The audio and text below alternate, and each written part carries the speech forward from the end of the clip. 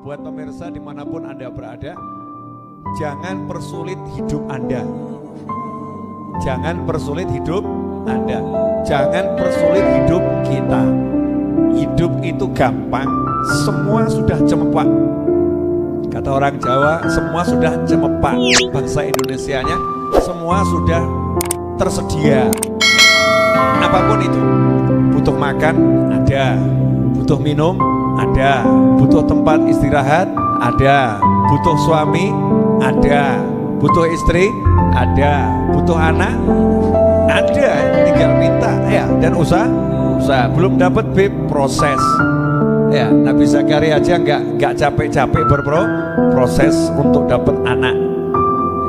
Ada semuanya, nggak ada yang nggak ada, semua sudah ada, muhayya, tersedia dan sudah disiapkan.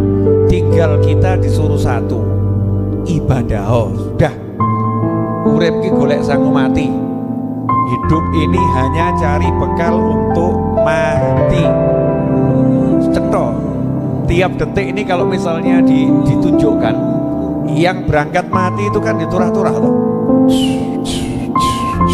Kalau dipertunjukkan seperti pesawat take off gitu ya, tiap detik ada yang take off. Nah, tinggal kita mau cari sangu atau tidak, cari bekal atau tidak. Nah, sore hari ini saya mau ngajarkan yang gampang, sederhana. Judulnya apa? Tips menghadapi masalah rumit. Tips atau kiat menghadapi masalah rumit. Sering orang terbentur masalah rumit, atau tiba-tiba dihadapkan masalah rumit, atau tiba-tiba dia terjerumus dalam masalah yang rumit. Cara menghadapi masalah yang rumit, gimana caranya biar gak jadi rumit? Pada hakikatnya yang ngasih masalah itu Allah. Nomor satu, ingat saja, pada hakikatnya yang ngasih masalah itu adalah Allah. Kalau sudah tahu yang ngasih masalah itu Allah, maka langkah berikutnya jangan pernah mengandalkan apapun dan siapapun untuk menyelesaikan masalah. Jadi kalau kita masih mengandalkan apapun dan siapapun untuk menyelesaikan masalah, berarti kita tidak paham tujuannya Allah ngasih masalah. Ya, tujuannya Allah ngasih masalah biar ingat sama yang memberi masalah. Makanya kalau begitu kena masalah, ingatlah yang ngasih adalah Allah. Selesainya bagaimana? Yorayut. Ya Allah, please, maaf ya Allah. Tolong ya Allah, memang benar banyak dosa. Langsung yang pikir, misal masalah utang ya, pikir duit keliru. Duit gak bisa menyelesaikan hutang. Kadang duitnya sudah banyak, tiba-tiba hilang. Mengandalkan orang yang mau ditagih untuk bayar, tiba-tiba yang mau ditagih mati. Ya, meninggal dunia.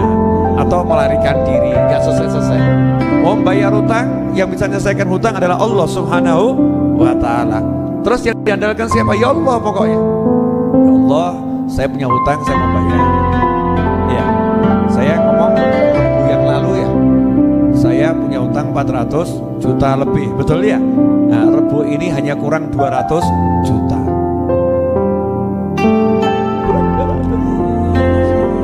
Enak tuh? Gak mumet, gak ruwet, ya, gak rekoso. Caranya bibip, yaitu Rabu yang lalu saya ngajak ibu-ibu doa, minta sama Allah. Selanjutnya ngapain? Selanjutnya saya pergi ceramah, ya, saya pergi jalan-jalan, saya kumpul sama orang. Mikir utangnya bib? Enggak. Ya, utang bukan untuk dipikir, keliru. Utang itu dibayar. Ojo mbok pikiri gak tahu mbok bayar. Tapi utang itu untuk dibayar, bukan dipikir. Makanya mikir bayar, cara bayar hutang itu salah. Cara bayar hutang gak usah dipikir.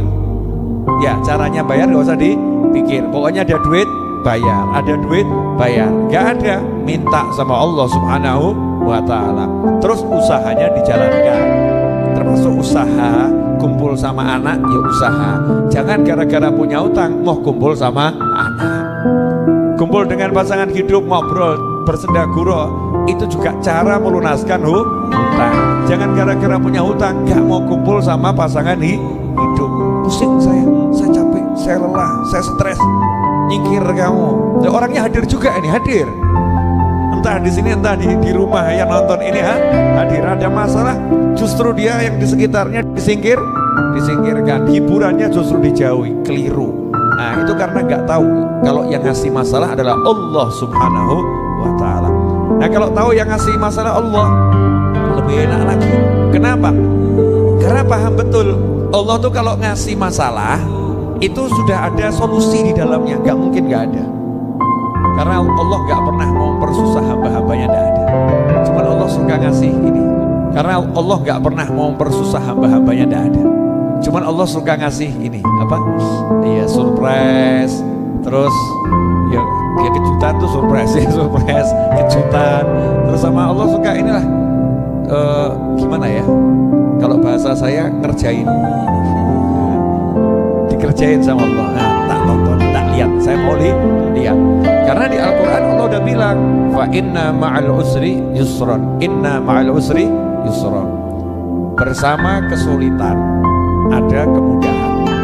Ya sesungguhnya bersama kesulitan, bersama masalah ada penyelesaian. Ruwet ada mudah. Dan dilanjutkan ayat berikutnya, bersama kesulitan ada kemudahan. Sebagaimana pernah saya jelaskan di ayat sebelumnya itu pakai alif lam al-usur. Kesulitannya pakai alif lam. Ayat berikutnya kesulitannya juga pakai alif lam al-usur. Tapi untuk yusurnya, kemudahannya bukan al-yusur, tapi yusron, gak pakai alif lam. Dalam kaidah bahasa Arab, kalau ada kalimat yang diulang, yang pertama pakai alif lam, yang kedua pakai alif lam, maka kata pertama di kalimat pertama dan kata kedua, ya di kalimat kedua itu artinya sama. Artinya sama, satu jenis. Sementara kalau nggak ada alif lam, katanya diulang dalam dua kalimat yang berjajar, maka kata di kalimat pertama yang nggak ada alif lam dengan kata di kalimat kedua yang nggak ada alif lam itu artinya berbeda. Sehingga kalau diterjemahkan sejatinya terjemahnya segini: sesungguhnya bersama kesulitan itu ada kemudahan, dan untuk kesulitan yang sama ada kemudahan tambahan lagi. Berarti untuk satu kesulitan itu di dalamnya ada dua kemudahan. Itu poin yang penting. Jadi kalau ada masalah di dalamnya ada dua solusi, bukan satu, ada dua solusi. Kemudian yang menarik kalimatnya pakai ma'a. Wa inna ma'al usri yusra. Ma'a itu artinya bersama. Aku bersamamu, berarti gak bisa. Ya, saya bersama kamu berarti mendukung, membela. Ya, berarti mendukung, membela. Bisa ma'iyah itu bersama gak?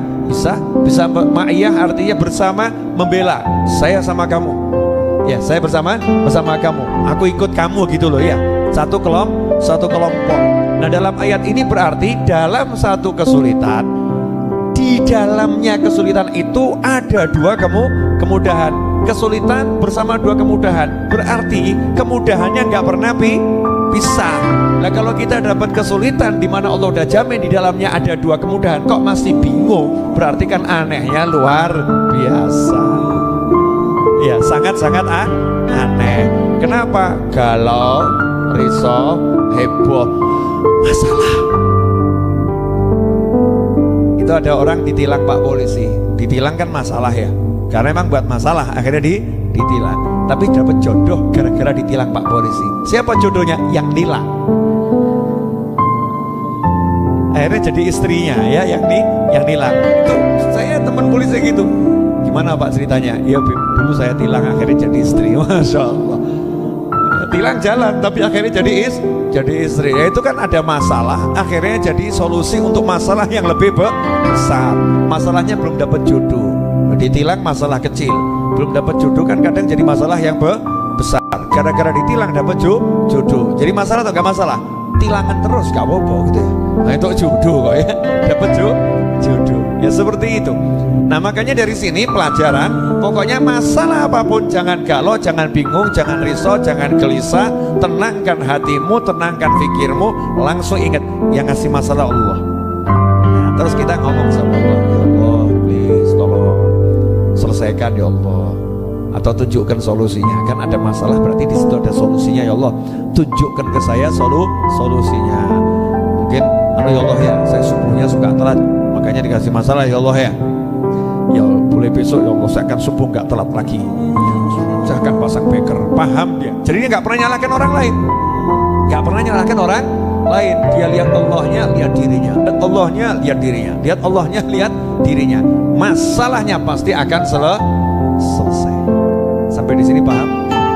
Berarti tips menyelesaikan masalah ini mudah atau susah? Mudah. Masalahnya saya dimusuhin orang, Habib. Wah, itu lebih gampang lagi itu. Masalahnya dimusuhin orang nggak suka sama saya, itu paling gampang. Nomor satu, siapapun yang musuhin kamu, siapapun yang nggak suka sama kamu, laporkan ke Allah. Ya Allah, dia nggak suka sama saya, ya Allah. Tolong jadikan dia suka sama saya, ya Allah. Enak atau? Enak tak? Siapa yang bisa bolak-balikin hati? Allah. Ketemu lagi orang yang cemberut, ya merengut, besengut, ngomong nggak enak, kita senyum saja. Tunggu tanggal mainnya, pasti kamu akan cinta aku. Keren. Kenapa? Pede karena minta sama Allah Subhanahu wa ta'ala. Gak dididik bersulok, dia musuh aku. Kurang apa aku? Akeh kurangmu.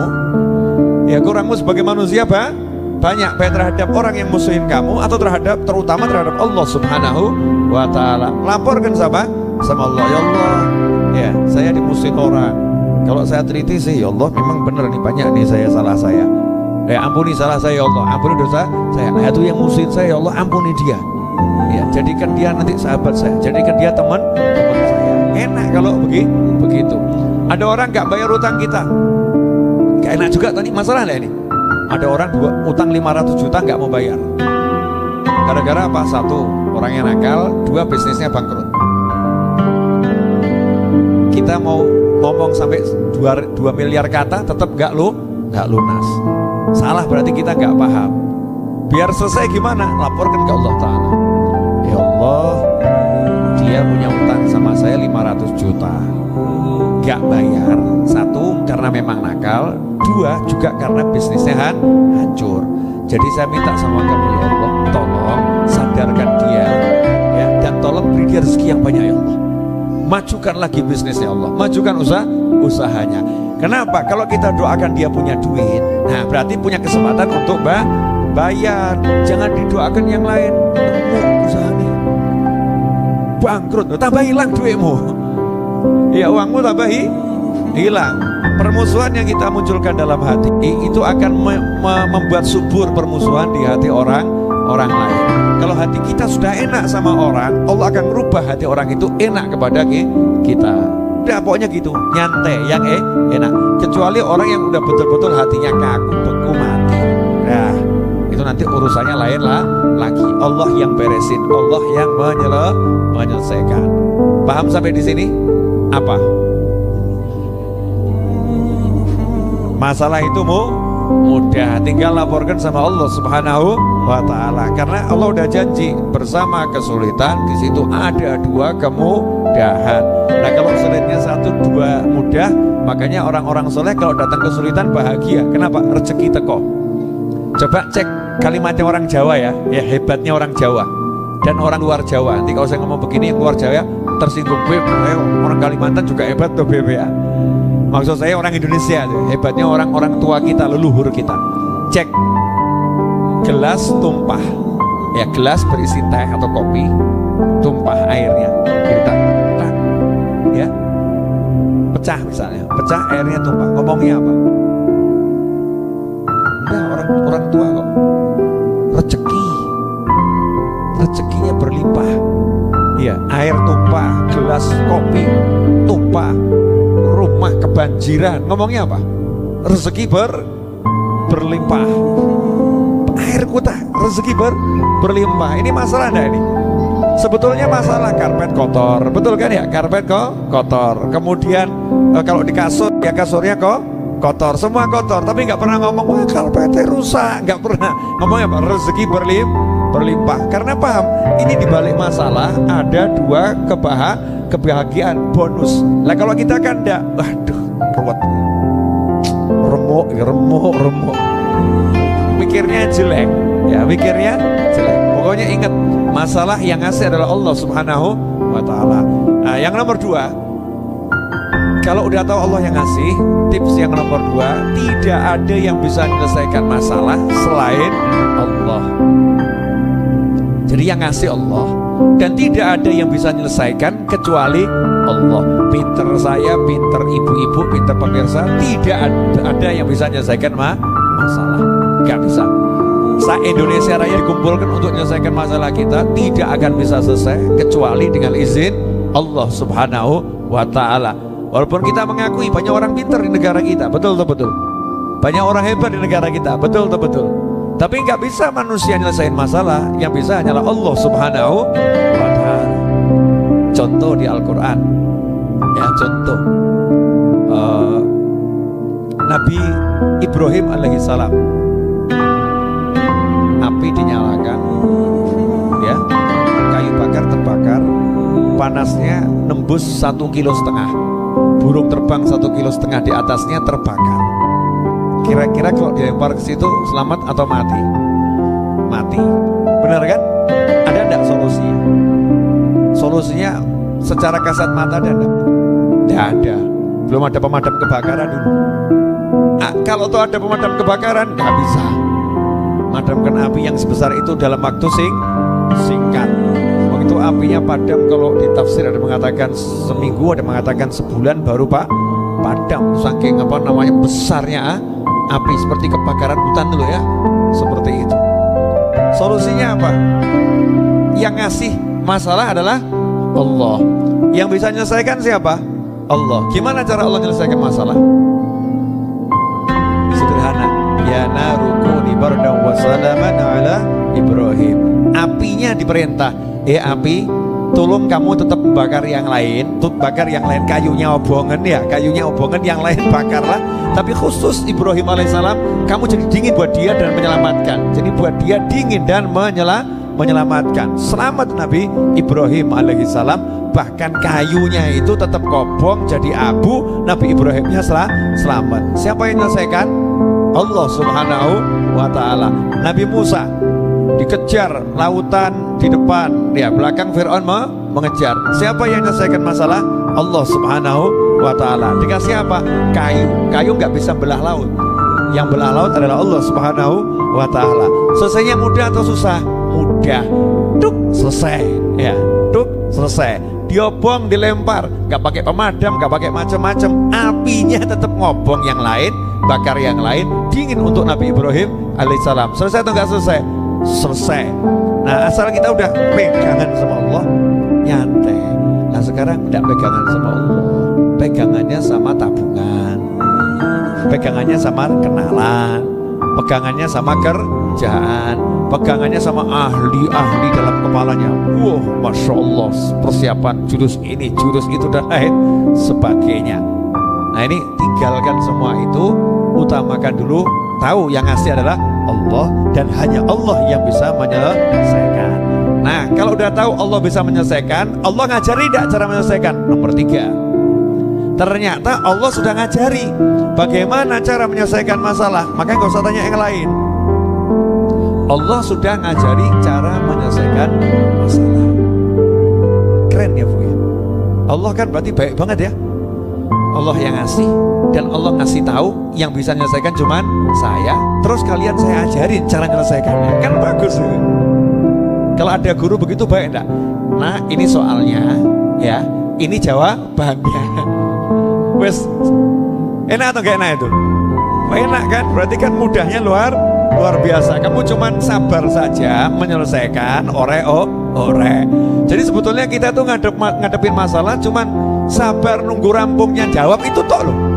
Cuman itu, tapi kadang nggak sabar kok orang rampung. Sabar saja, tunggu selesai menjawab, mengerjakan soal itu ya. Nah, gimana cara yang diajarkan Allah? Satu ayat cukup.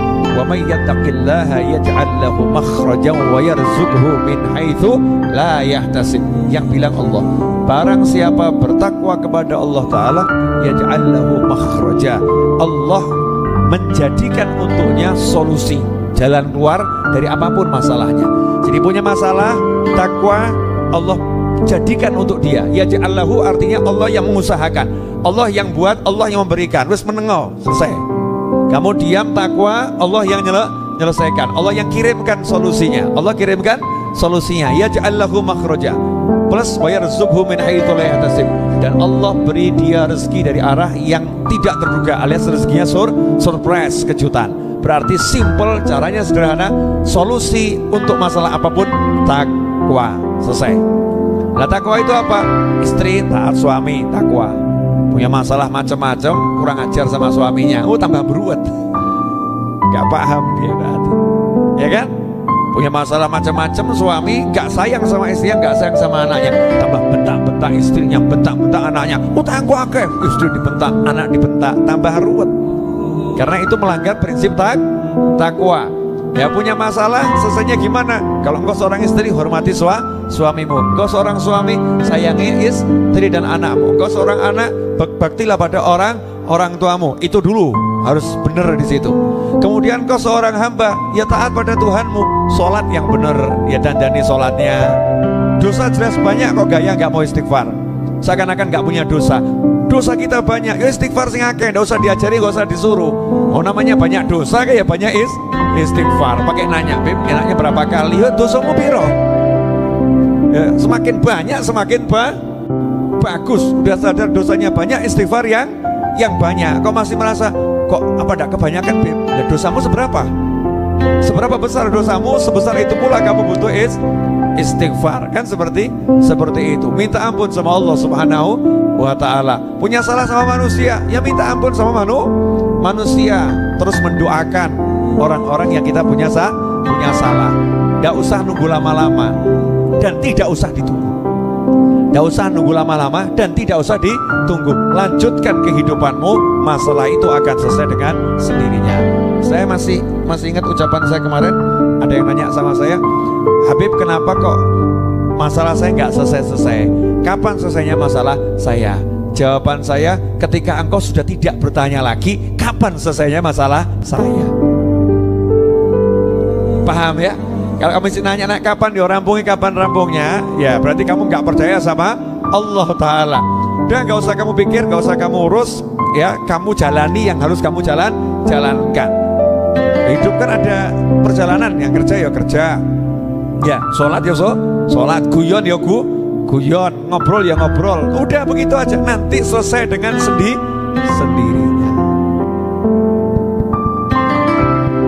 Kira-kira 200 jutanya dapatnya kapan ya? Gitu, nggak entok-entok tambahan.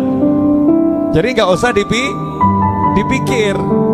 Lihat nanti kalau apa namanya nggak dipikir, terusnya orang yang punya duit marah gimana, Beb? Ya rungokno.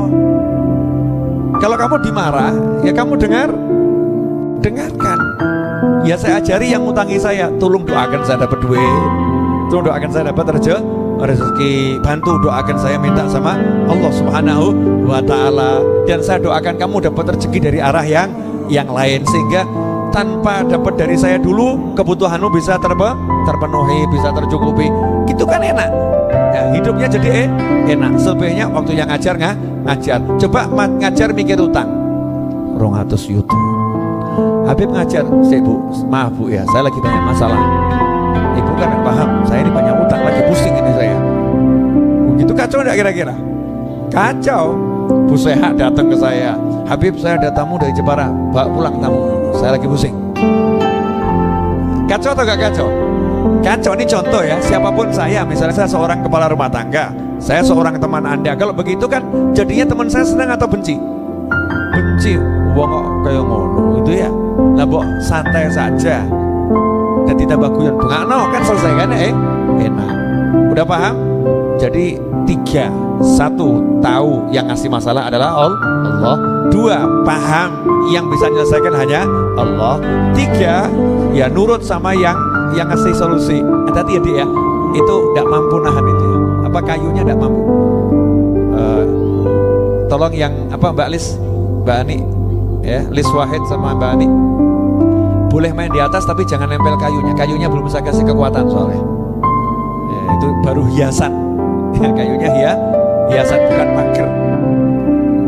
Nanti kalau dilendati takutnya ambruk ke sini. Oke, lanjutkan. Jadi nomor 1 apa tadi? Cara menyelesaikan masalah. 1, yang ngasih masalah adalah Allah. Tahu ya, tahu yang ngasih masalah adalah Allah. 2, paham yang bisa menyelesaikan hanya Allah. 3, ikuti aturan cara menyelesaikan masalah yang udah diajarkan oleh Allah. Yang ngasih Allah, ya, yang ngasih Allah, yang bisa menyelesaikan Allah. Terus Allah ngasih tahu caranya. Caranya begini loh. Berarti Allah baik atau nggak baik? Baik. Lagi itu kau masih mumet kenapa?